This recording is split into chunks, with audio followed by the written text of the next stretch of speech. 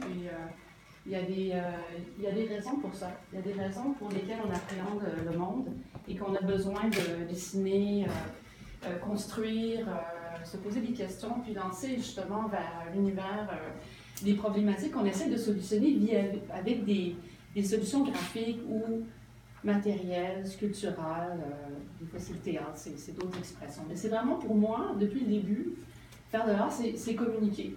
Donc c'est vraiment un moment très privilégié pour moi d'être ici aujourd'hui avec vous et d'être dans ce contexte de présentation de travail parce que je vous propose ma façon à moi d'appréhender le monde.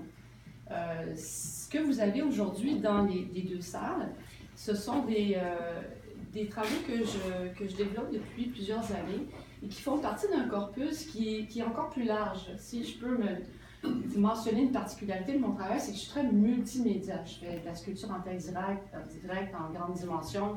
Je travaille avec des outils à chaîne. Je fais beaucoup de bruit.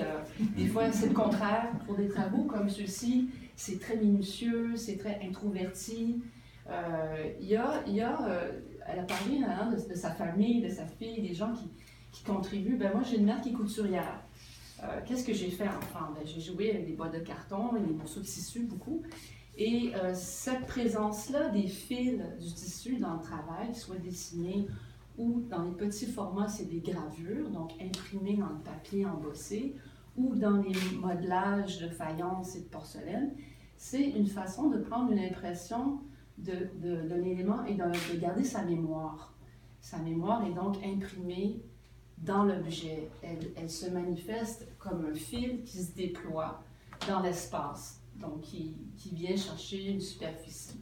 Le fil, pour moi, c'est ce qui nous relie tous. C'est le réseau, c'est la peau, c'est les fibres végétales. C'est vraiment une forme de construction qu'on a tous, que ce soit conscient ou pas, elle est un peu partout aussi dans le monde qui nous entoure. Donc, c'est quelque chose qui m'interpelle beaucoup.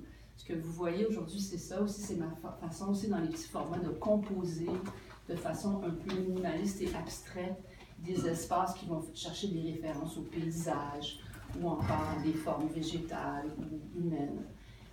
J'ai beaucoup de plaisir à faire ce travail-là, donc ça me donne aussi beaucoup de plaisir à vous présenter, à le partager avec vous.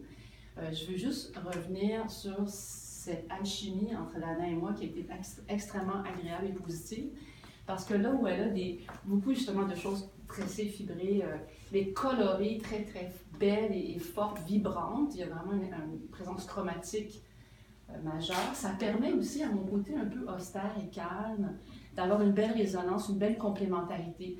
Donc, je trouve que c'est vraiment le fun aussi d'avoir les œuvres qui cohabitent de l'autre côté parce qu'on va chercher le grain des peaux dessinées en gris chez Nana qui vient être reconnu un peu dans les fibres de ces tissus dont je parlais tout à l'heure, qui parlent de peau et qui parlent aussi de fibres de réseau. Donc, je trouve que c'est une belle connexion dans l'espace, dans le lieu, humaine, qui est bien positive et qui est bien fun. Donc, merci beaucoup. Merci de votre présence.